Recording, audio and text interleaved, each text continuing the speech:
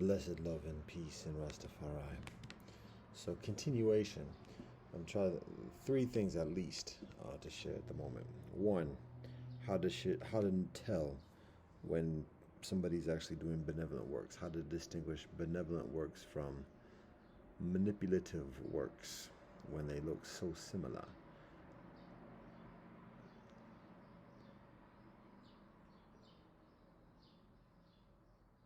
Ask basic questions about how kinfolk are living. How do they support themselves additionally? I shared that recently. I had a beautiful conversation with brethren yesterday along those lines. That's the first joint. Second joint. All the tough guys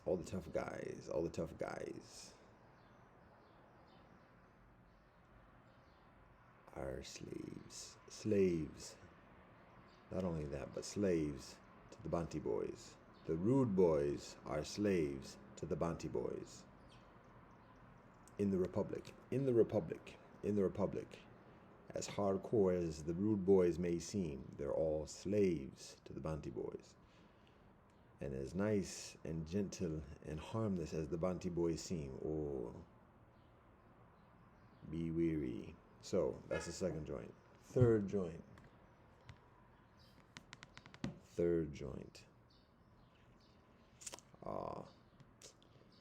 Deals with the devil. And the recognition every man is the devil all day. So, what else?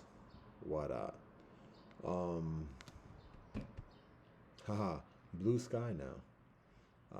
It was orange, then white, now blue. And green.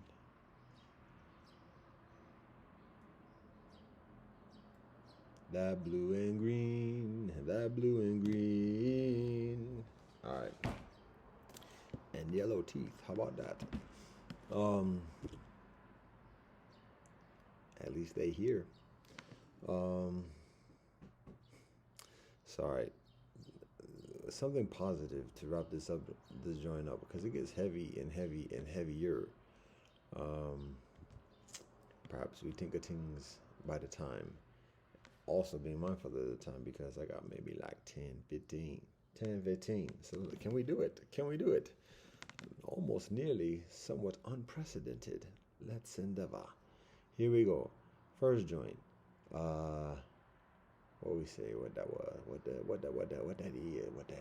All right.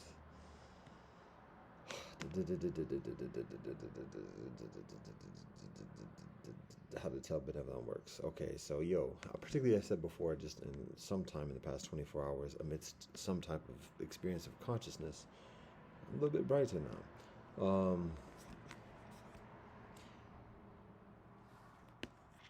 Particularly in this experience of the media, this oracle, the internet, and particularly women and children, because women and children are the ones who are increasingly empowered by the internet, getting information, technology, capabilities, comparative to like old school where it was just men and brawn. Now it's brains, and women have an advantage in that, and children and youth have a comparative advantage compared to just being muscle.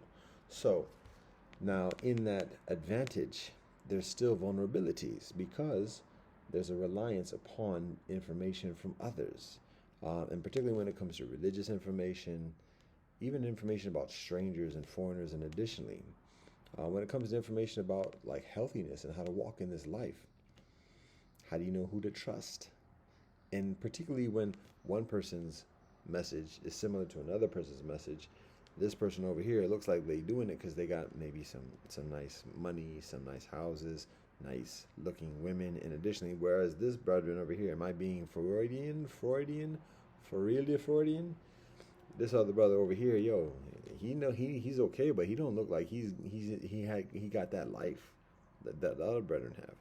Be careful about that, because the game over here might sound the same as the game over here, because many people in this life for generations are able to memorize things, have strong minds to memorize, and so can do quotes, can do citations, and it looks like they know what they're talking about. It looks like they live what they're talking about, but it's not the case. So how do you tell? How do you know? Haha, it's not as easy. It's not as you can't read what they say. What that about the book? You can't tell a book by its cover. Sometimes you can when you know what you're looking at, but many often, it takes some further investigation. But it's actually very simple. Ask some simple questions. Where do you live? As I said before, the joint I said just a few days ago, where do you live? How much money is in your bank account? What is your bank account? What is the code? What is the password to your bank account? How much do you make a year? How much gold do you have? How much silver do you have? What are your shares? What are your stock holdings? What's your property portfolio? How many women are you having sex with at this moment? How many women have you ever had sex with? What type of pornography do you watch? Basic questions, basic personal, all up in the business kind of questions. But guess what? Anybody who's professing to be a leader, particularly a spiritual leader, a religious leader, with the nice game about truth, haha, that's the, give that answers, because that's the nature of that leadership. It's transparent, it's accountable. And anybody who's withholding information, particularly stuff about banking, accounting, money. If somebody's like, yo, that's my business. Oh, hold on. Okay, fine. Then they're prioritizing that over whatever solidarity and everything else like that. I've shared that spiel already. But the basic, quick way of determining whether somebody's actually about the life of righteousness, and additionally, is asking those questions. Very simple. And it's not even a matter of testing somebody and like seeing if they're doing it, but even just building. Yo, if we're gonna like get together and build together and trust each other and like be allegiance with each other, yo, put it all on the table. Let's go. Otherwise, cats is holding on to other things, and those other things are pulling strings. So, anyways, I'm not trying to be all sing-songy. I'm just saying. So, that's the ask very basic questions. It's beneficial to only ask questions that you're willing to answer too. I ain't got no money in the bank account. I ain't got no bank account. I got a wee bit of silver. By wee bit, I mean enough I can hold in my hand. What else? How many women have I had sex with? I have 11 wives in this life, all of whom live outside of this house at this moment. It has been over 20 years since I have physical sexual intercourse with a woman. So there's that information. Now that pertains to actual intercourse. And then there's other types of ways that I have inappropriate physical intimacy, cough cough, with women. A number, maybe an additional 10, maybe.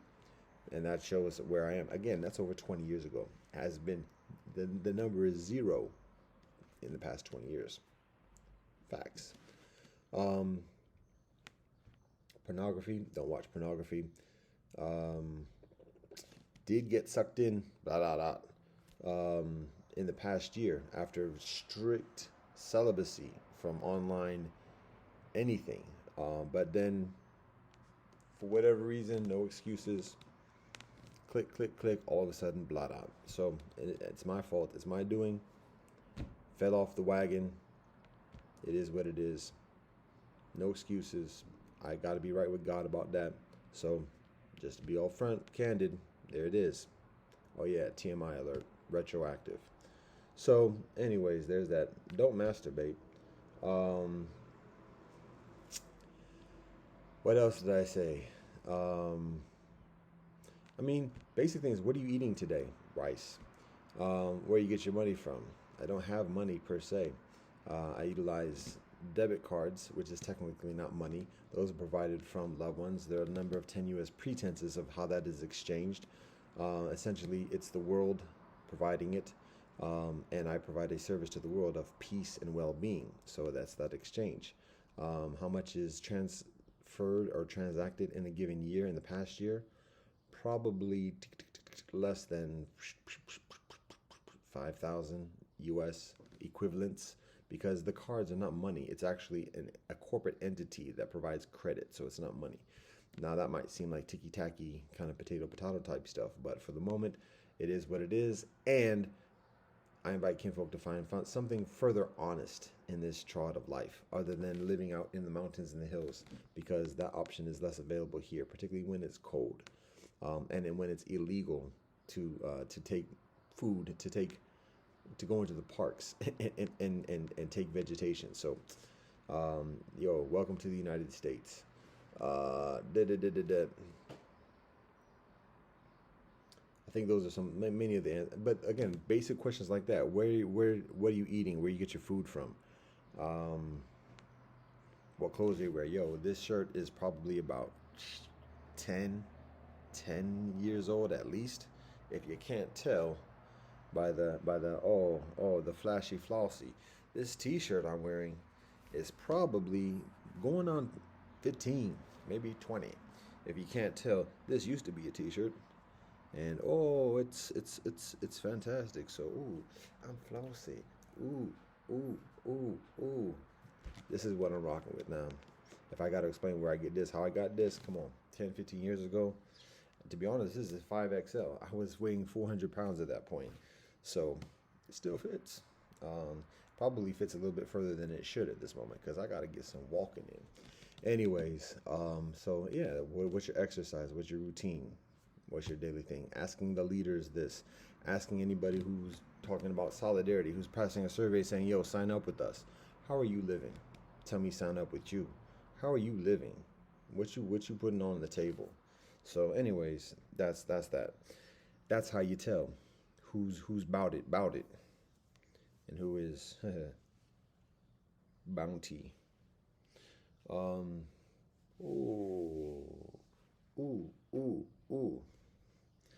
I'm jokes today. All right. What else we got going on? What was that second joint? It was something further. I said it's get heavy and heavier. All right. Second joint was Tough Guys. I said Bounty. Now we're going to the Banty and the Rude Boy. So, basic, simple. As I said before, the whole notion, just in the past 24 hours, what I say, the via de 4 hours, horas, right? Still coughing on that joint. See, that's what the effects of temptation and inappropriateness, even decades later.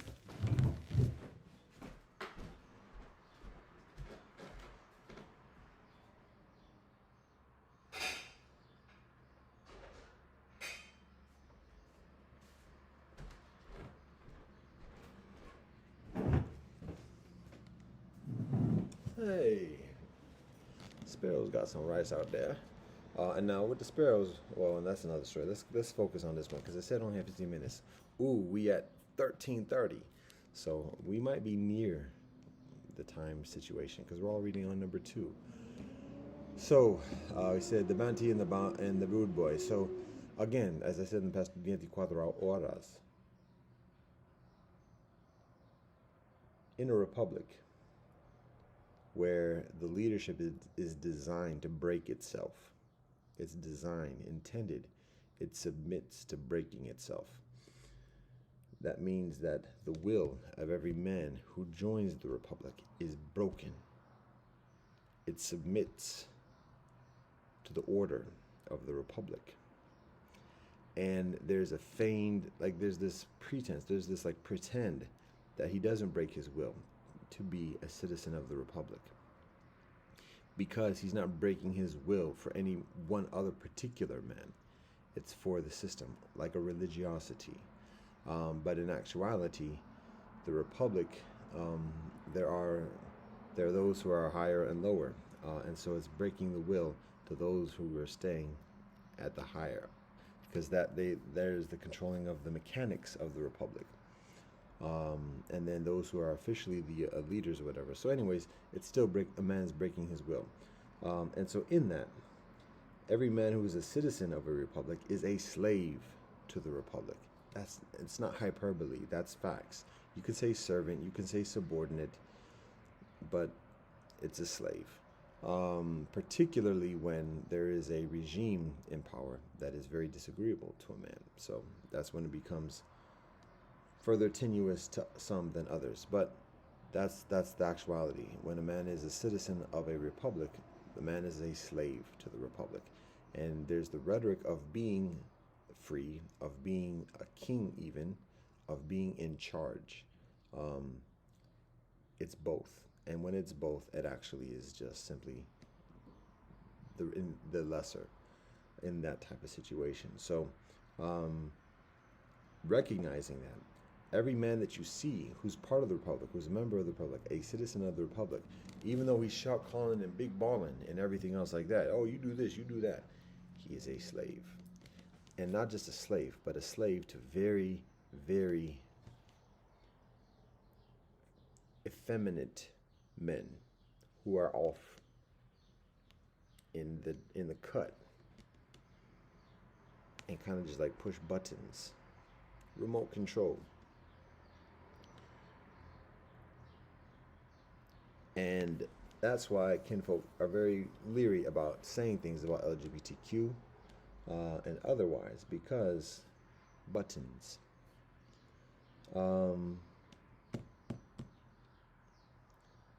So all the shot callers, as big boss and as they may seem, CEOs, and additionally, are all slaves to the hierarchy, which at the hierarchy of a republic is the Banti boys. If you want to know what the Banti boy is, if you're trying to look for the definition, I'm just gonna leave it as it is. That's homework, and it's not necessarily, it's not a positive thing. So anyway, now what about the rude boy? The rude boy that don't, oh no, I'm not a citizen. The gangsters, the cartels, even the triads and yakuza, and additionally, when these entities, seeming independent, they're criminals, they're anti-government, and additionally, in many ways, yes, but ultimately, when these entities are utilizing money that's issued from the government, they are beholden to the government. So now that's not applicable to all cartels or criminal or clandestine consortia. But by and large, the gangsters, particularly ones that are on the streets, the muscle men, what they call them, the button pushers, something like that. Anyways, them cats is subordinate to the higher gangsters, and those higher gangsters, when establishing their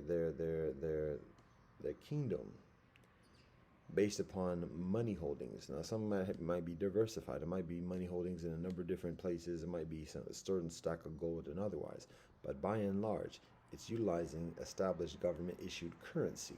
And because of that, the entities are slaves to that government. And that's why, particularly because the gangsters know, by and large,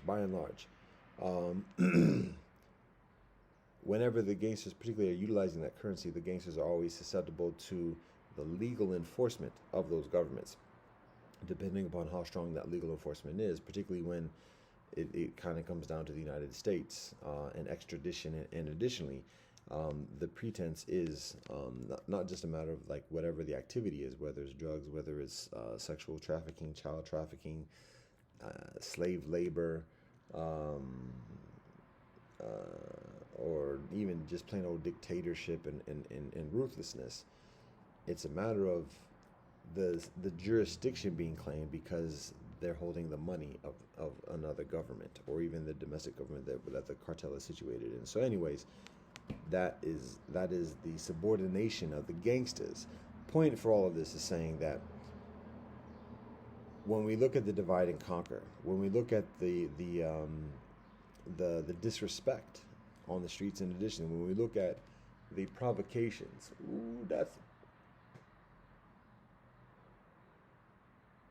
that was nasty. I think that's the first time I see that. A hawk done flexed. The hawk. It was a little bit teeter totter because I was like, is that a vulture or a hawk? I just saw the shadow overhead as it was flying above here, ba da ba. So then when I look up to discern specifically, yo, it's a hawk, definitely. How can I tell? Because it steadies itself, and then initially its wings are outspread like this, and then it folds its wings in and just glides in. So it was that flex move. That's the first time I see that, to be honest, in such a distinct way, of just the hawk like flying. How would I do this? Flying with wide wings, and then like folding it. I don't know, whatever, however to do it. Um, Anyways, that was just a second ago. But talking about the gangsters, uh, even the gangsters are beholden. And again, in the scenario of divide and conquer, because that's often what it is. One gangster faction over here, whether it's ethnic based, religious based, political based, or whatever, against this faction over here, and the government plotting, and plotting each other against each other. The divide and conquer, playing favorites, giving advantages to each, providing information and deception and antagonisms and instigations and everything else like that, dividing the gangsters amongst each other. So, particularly when it's the Bantu boys and the beige androgynous imperialism that's pitting the different looking people against each other, when being on the street and being disrespected, rather than immediately responding to that, recognizing, first of all, and gangsters already know this. When gangsters rise through, you know, they just trying to get a rise. How did Too Short say? I wouldn't shoot you, bruh, but I'd shoot that fool who tried to play me close and tried to test my cool. So it's recognizing, yo, don't jump at that initial disrespect. It's a prod, and yeah, we have to stand our ground. And additionally, but you recognize, yo, there's other things going on here. So I'm saying that for all the rude boys, and for all the women who are looking at the rude boys and thinking the rude boys is strong on their own, to recognize that each one in a republic specifically is a slave.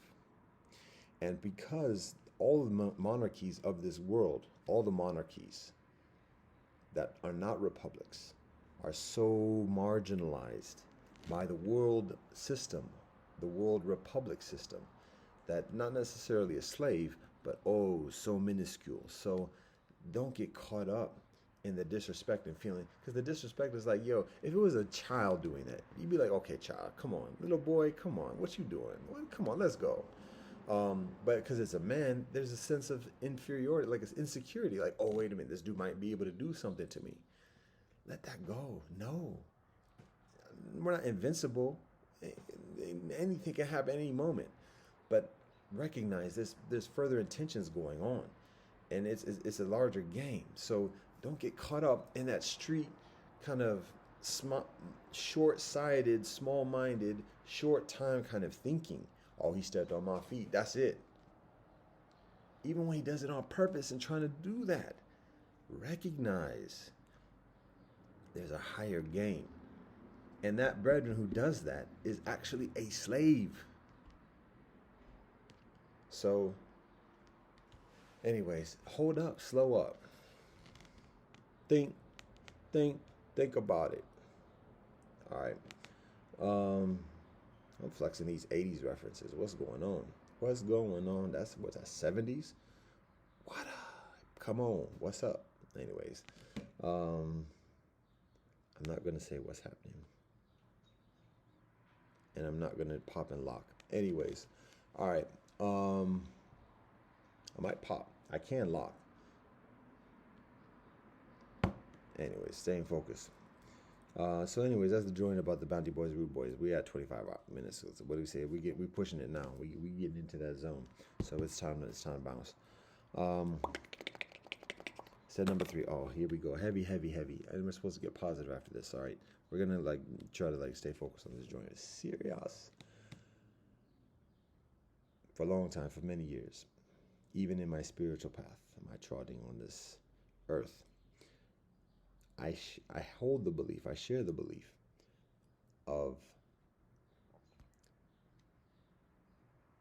or the discounting of the devil, meaning that perceiving the devil as an illusion, as a scapegoat, of people just referring to the devil as a pretense for promoting themselves. Oh, that's the devil. That person's influenced by the devil. So let's get at them and take everything that they got.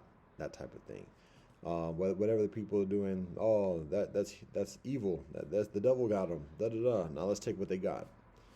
So I always saw like the devil as as an excuse. Now I'm not discounting the admonishment or the scrutiny about the behavior that people are acknowledging, but it's just like that seems too easy. Or when people say, "Oh, the devil made me do it," so that's always been the thing. Now, just in the past year or two, I've become increasingly aware of the existence of the devil, and it's serious.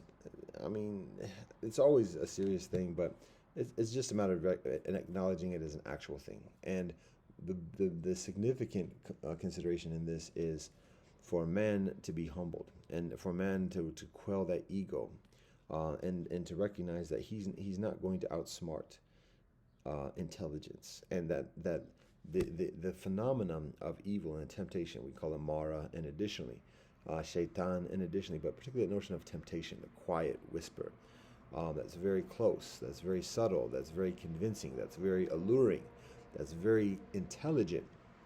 It makes sense. Oh, we got to do this. If we don't, it's going to be this.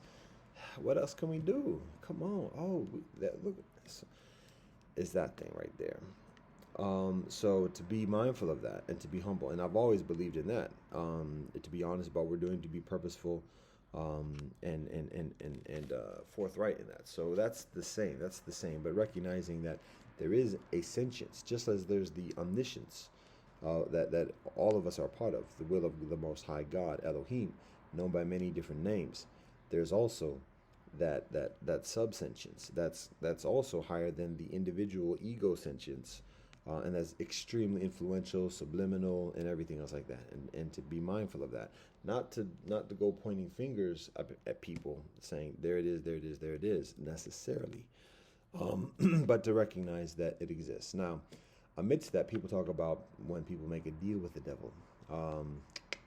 There's the film I talked about before about the Devil's Advocate. A young lawyer, I think it was Keanu Reeves in that one. And Al Pacino plays the devil, who is the seasoned senior lawyer who's recruiting the young lawyer to be part of the firm. And in that process, with all the temptations and all the lures of ascension within society and power and money and everything else like that, having to do dirty stuff. And that's the deal with the devil's advocate. So, and Keanu Reeves' character has to like navigate and wrestle with those temptations, and additionally decide what's actually important in life. Everybody goes through that in one way or another. Every man goes through that. I remember watching recently, in the past year or so, one of those documentaries. This is when I was, I guess, enveloped in the online thing, in the past year. But anyways, it was something about Bob Dylan, and there was some kind of report. I'm not saying anything. I'm not going to comment about the veracity of this, but this is something that's typically described about a number of celebrities and musicians, particularly through the years, for generations, before the internet, even before television and stuff. But I mean, there was a description about like who's made the deal with the devil, because at one point they were just some kind of ordinary musician or ordinary athlete or ordinary whatever, and then like there were reports that he had some kind of something other, and all of a sudden he had like all these capabilities. How'd that happen just so quickly? So people do that speculation. Again, it's the accusation, everything else like that. But that's been going for hundreds, thousands of years. People making those kind of things. But there is something to that general phenomenon of, and I'll speak from my personal experience. I remember when I was graduating from law school and getting ready to go into the world, go into life, make my life decisions about my path in life. And I remember having that kind of devil's advocate kind of experience where I have all these opportunities, and this is when my spiritual path begins, because I start having a certain consciousness, start like waking up, to the subliminal, to the telepathic, to the tacit communication. And it's very difficult because it's like, how do you turn this thing off?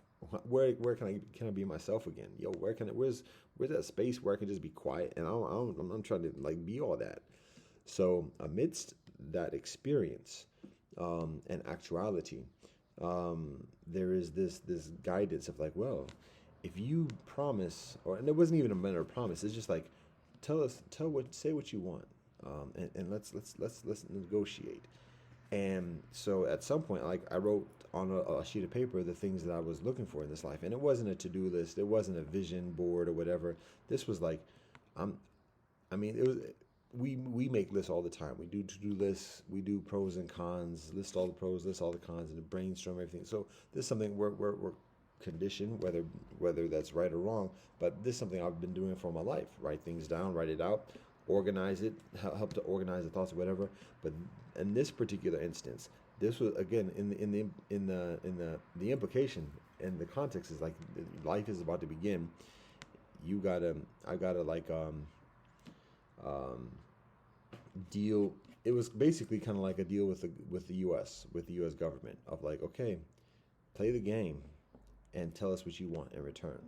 So I wrote certain things down on a sheet of paper of like what I want in this life, and I'm like, who am I going to share this with? Because I mean, and there are certain people um, that I have in mind, particularly that are involved with my education and additionally that my work and progression, and additionally, um, but there wasn't any one particular person that says don't do that. This was like in that heady kind of experience. So I wrote it out. I wrote it out a few times, and then I would like crumble out because like no, I can't do that because it felt like making a deal with the devil. Like okay, here's just write your ticket, and then we'll let you know what we want in return later. So because of that, after writing it a few times, I'm just like, nah. And didn't take the bar, didn't practice the U.S. law, and thinking that was the way of staying, maintaining my integrity, of having sanctity away from that deal with the devil type of situation. But the deal with the devil exists beyond the United States and everything else like that. And it's not some kind of clear cut necessarily kind of thing as I described, but that's what it felt like initially. So, anyways, all that being said, what is shared recently is this consideration that every man makes a deal with the devil. Aidaba. Every man. And the question is what that deal is. What the man gets and what the man gives up in return. Um, so one way to put this in context is looking at the narrative of Adam in the garden, and Eve. So in the narrative from Torah, there's this narrative of the man, the primordial man, the first man, and having a wife that is drawn from his rib, from his flesh and bone, and the two are husband and wife. And as part of the process of procreation, um, there is there's a double telling of this. So it's not the double telling. It's not the same one in each thing, which is also very purposeful and provides some explanation about the nature of life. So everything that happens in a multiplicity of ways. So, anyways, in the second telling of the narrative, Adam and Eve has a visitation from the serpent, and the serpent convinces Eve to partake of the fruit of knowledge, which the two are told not to partake of. That's the one thing not to do in the garden. Don't eat from that tree. And so Eve, upon hearing this message from the serpent, takes a bite of the apple. Her eyes are open. She shares it with Adam, and then Adam partakes of the fruit. And then when doing that, they both recognize they're naked. They recognize their fallacies. And when they do that, then they hear God. And then they have to be reconciled with God.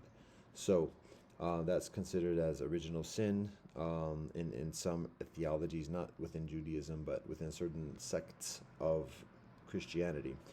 I understand in some ways, and within Islam as well, although that's not necessarily what the Quran teaches. From the studies that I conduct. All that being said, there's a consideration of that being a deal with the devil, Adam making a deal with the devil, in order to facilitate the process of procreation for him to have children with his wife. Now, that's not how it's articulated in the Torah. This is very much not how it's articulated in the Torah. But there's applying this common parlance to that narrative, and with further recognition. So,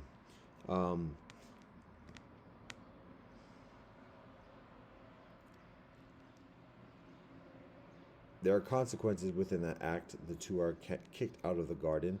The two are charged or are imposed with pains in this life. And so it's an explanation about the nature of reconciliation and continuation and perseverance within life. Now, all that being said, here this is another way of recognizing it, that instead of the notion, and how would it be Adam making a deal with the devil? Well, I'll say it from my perspective or from my experience. That one of the things that I wrote on that list was wife. Basic things in life: wife, house, to live, and additionally, and these are things that exist outside of the personal will and volition of a man. He has to negotiate with the universe, and in that negotiation, there's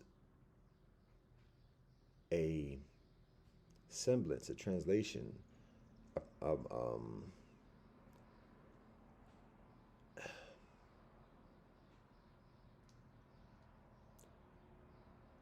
I'll put it one way: a man who's walking a heavenly righteous path, to stay on this earth, has to make compromises to draw from the earth sustenance, and in those compromises lessens his heavenly experience.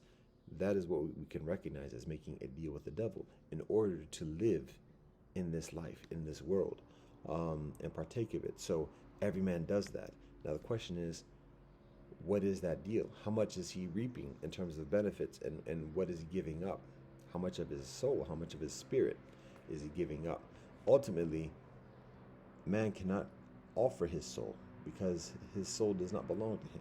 His spirit belongs beyond his ego and control and ownership. So that ultimately he doesn't have to worry about selling his soul because he can't. Now he can pretend and fool himself, and that might just be as severe and effective. But ultimately, he can't sell his soul. So just like Homer Simpson, it does not belong to him. That's it's humor, but anyways, for those who know that one, anyways, there it is. His soul does not belong to Eve either. It doesn't belong to Marge either. Just FYI. But anyways, a man cannot sell his soul, but he can think that he does. And that can be just as severe. Anyways, fast forward. This is the point we're getting to on this joint.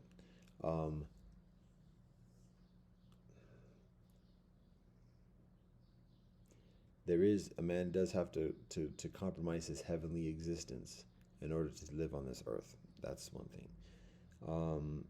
We can interpret that in many different ways, one of which can be making a deal with the devil in order to live on this earth. When we look at Adam and Eve in the garden with the serpent, there's the consideration that in actuality, in that primordial existence, it's not Adam and Eve and the serpent. It's actually just Adam and Eve. And the serpent and Adam are one. Adam is the serpent. The serpent is a second component, the alter ego of Adam.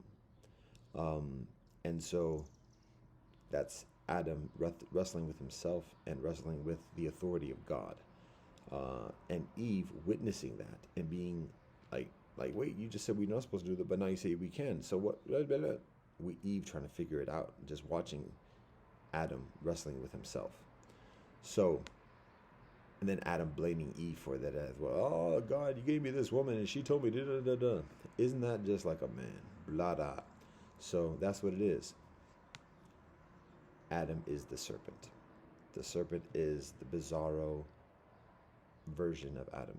Not even the bizarre, is the alter ego, the Jekyll and Hyde of Adam. The yin and the yang. Kind of, sort of. The alter ego would just say, isn't that conveniently simple? All right. So what that means is that every man doesn't make a deal with the devil. Actually, every man is the devil. Every man is the devil making a deal with God, wrestling with himself, and making a deal with God in order to live on this earth, to live in this life, to be drawn from heaven to sustain himself in this life. Every man is the devil.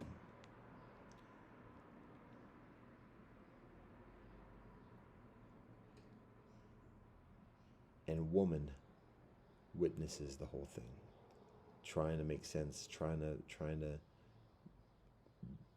share companionship, recognizing this is how life continues in this universe, this material realm, samsara.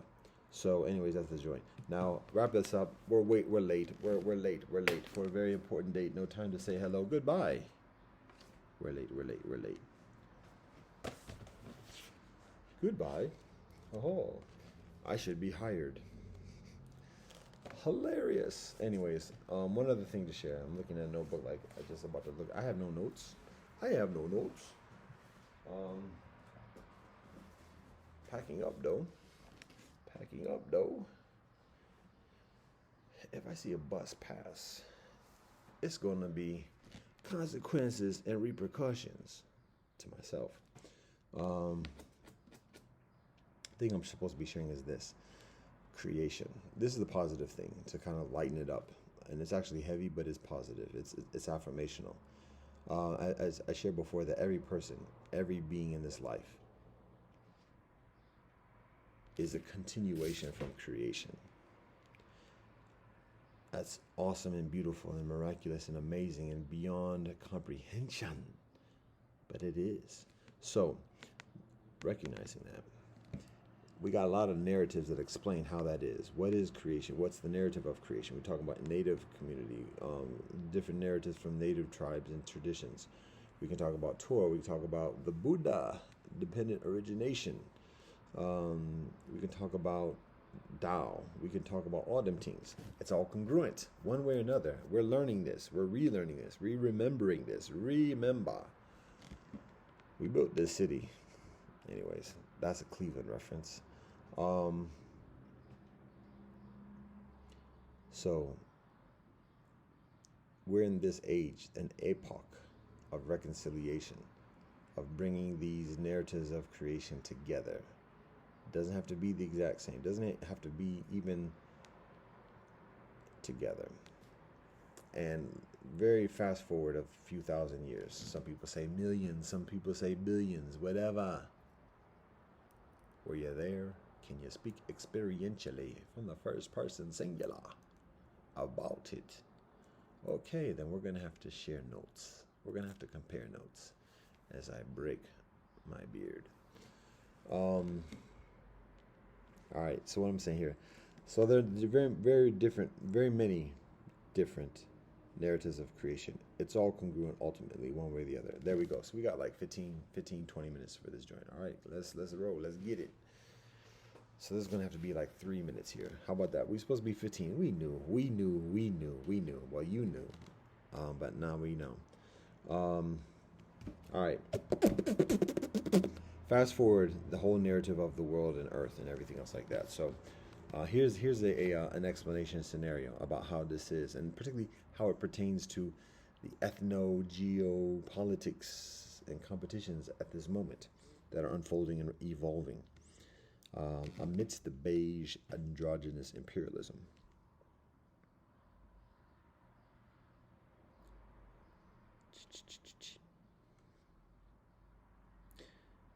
We look at the narrative of creation from Torah.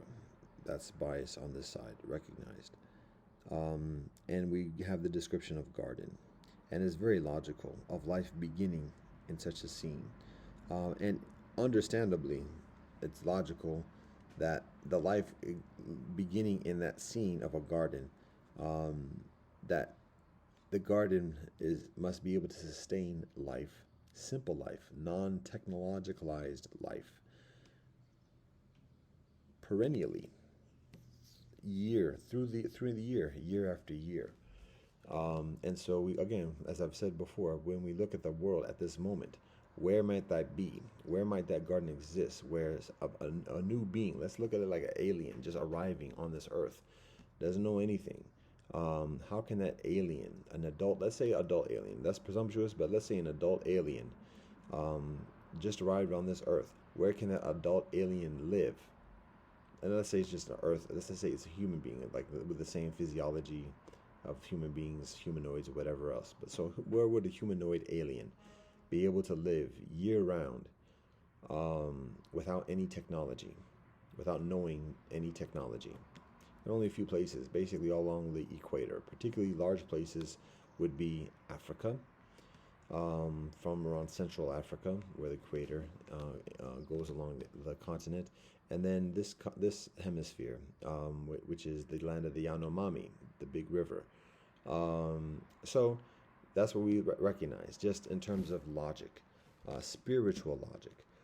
And then from that, I say, okay, let's say, and then we look at the shapes of the continents. They seem to fit rather conveniently incongruent with each other. That's interesting.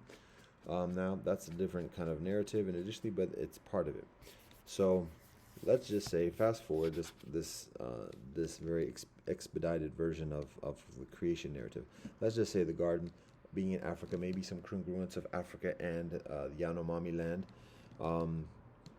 and people living there. And so when we look at the people, what they look like, the phenotype and ethnicity or aesthetic, whatever, we see is a very specific type of people: dark skin, melanated. There's some curliture of hair, and additionally curliture.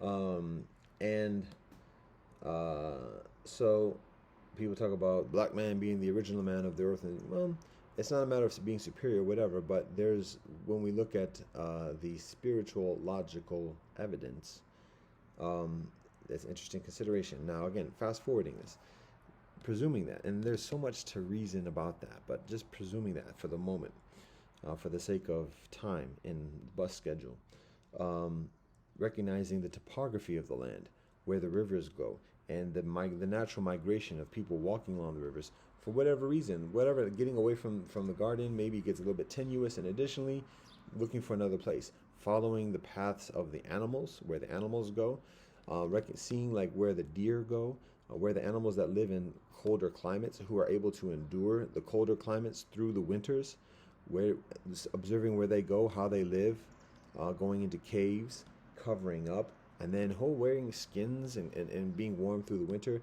and being further quiet away from all the hectic things that are happening where everybody's populated. So that being the thing. And then settling. Eventually, there's a limit to the lands of the migrations, and additionally, and so there's back and forth, and then we see where these pathways intersect, and these become hubs of civilization. We're looking at the Mediterranean, Egypt, Israel, Arabia, through India, China, and then even in the Western Hemisphere, we look at the land of the Inca, the intersection of the two continents, the kind of bottleneck there. We see the civilization of the Aztec, and the Mayan, and additionally, we look at DNA and other types of habitats that are stationary compared to the migratory patterns of the plains tribes, and additionally, so same thing with the northern parts of Algonquin, and additionally, so we just observe this from just, again, a natural spiritual logic. How many times, how many renderings of the spiritual logic do we have? Enough to fit within like the next. It's too late, y'all. All right. So, anyways, all this fast forwards to today, where we are all the consequence of these migrations. Our phenotypes are derived from the relationship with climate.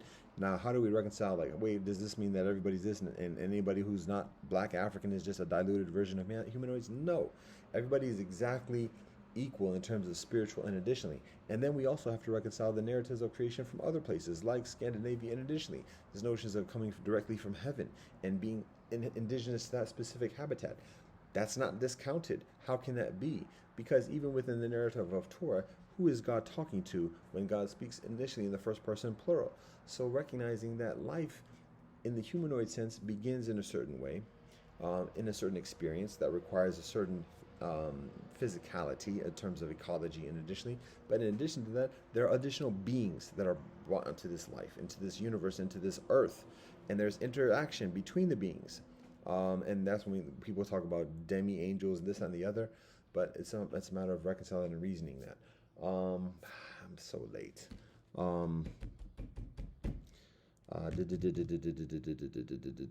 So, so all these narratives have congruence, and it's necessary for us to reason and find some proficient experience of congruence, because that is what is involved in navigating and negotiating with the beige androgynous imperialism that is annihilating narratives and lineage and otherwise, and pitting, dividing, conquering kinfolk, language, religion, tradition, ethnicity, phenotype, da da da da da, in the interest of subordination and domination, imperialism. So the different tribes don't have to agree with theirs, don't have to like each other. We need to respect, and we need to learn to figure to work with each other. And for those of us who are mixed, who are not androgynous, who are not imperialistic, it's a matter of having this knowledge, sharing this knowledge, not for the interest of proselytizing and converting everybody to this amalgamated experience, but to facilitate and be diplomatic and facilitate. Okay, facilitate cooperation, diplomacy, treaties, cooperation. So that's supposed to be the positive, and yeah, it's gonna be it. All things to praise the Most High Elohim. Blessed love and peace in Rastafari.